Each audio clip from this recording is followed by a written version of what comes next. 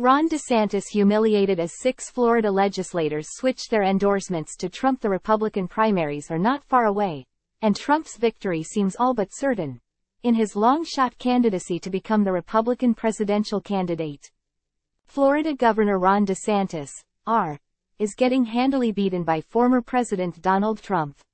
Recently, a handful of Florida state legislators flipped their allegiance from DeSantis to Trump, who has consistently beaten DeSantis in national and state polls by margins of 25% to 35%. DeSantis is also losing ground to another fellow candidate. Former U.S. Ambassador to the United Nations Nikki Haley, R., as she has outranked him in polls of voters conducted in key battleground states.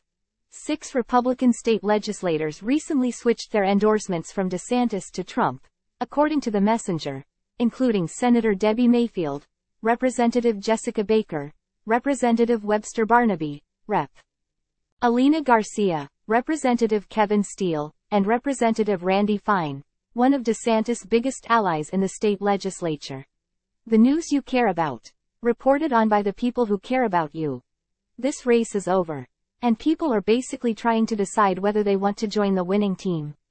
Florida State Senator Joe Gruters, R., a Trump supporter, told Politico. Gruters, Senator Rick Scott, R. Florida, and Representative Matt Gaetz, R. Florida, are all supporting Trump. Trump touted the support of the state legislators at Florida's Republican Party's Freedom Summit event this last Sunday. Despite this, DeSantis still has 93 endorsements from Florida legislators. Nevertheless, even Steve Avila, president of the Palm Beach County chapter of the anti-trans, gay conservative group the Log Cabin Republicans, said he was supporting Trump, even though Trump was the most anti-LGBTQ+ president of all time.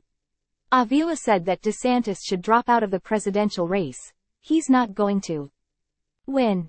A recent New York Times, Siena College poll of registered voters showed DeSantis losing ground to Haley in the key battleground swing states of Arizona, Georgia, Michigan, Nevada, Pennsylvania, and Michigan.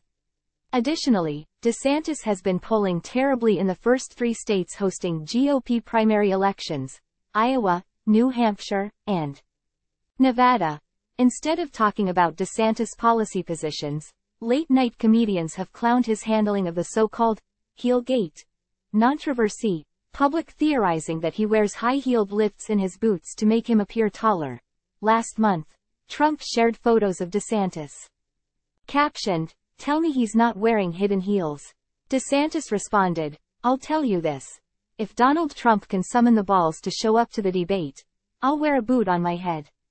This is a time for substance. Comedian John Oliver, host of the news commentary show Last Week Tonight, responded, "You can't claim it's a time for substance just after promising to wear a boot on your head." He added, "You're so bad at this. Even if you weren't running against one of the world's greatest bullies, it looks so pathetic that you thought that was a good comeback."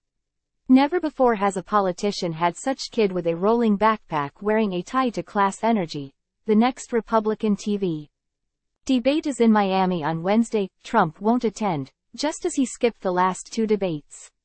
DeSantis recently said he would support Trump if Trump wins the nomination. Just several months away from the first Republican state primary elections, Trump's victory seems all but certain.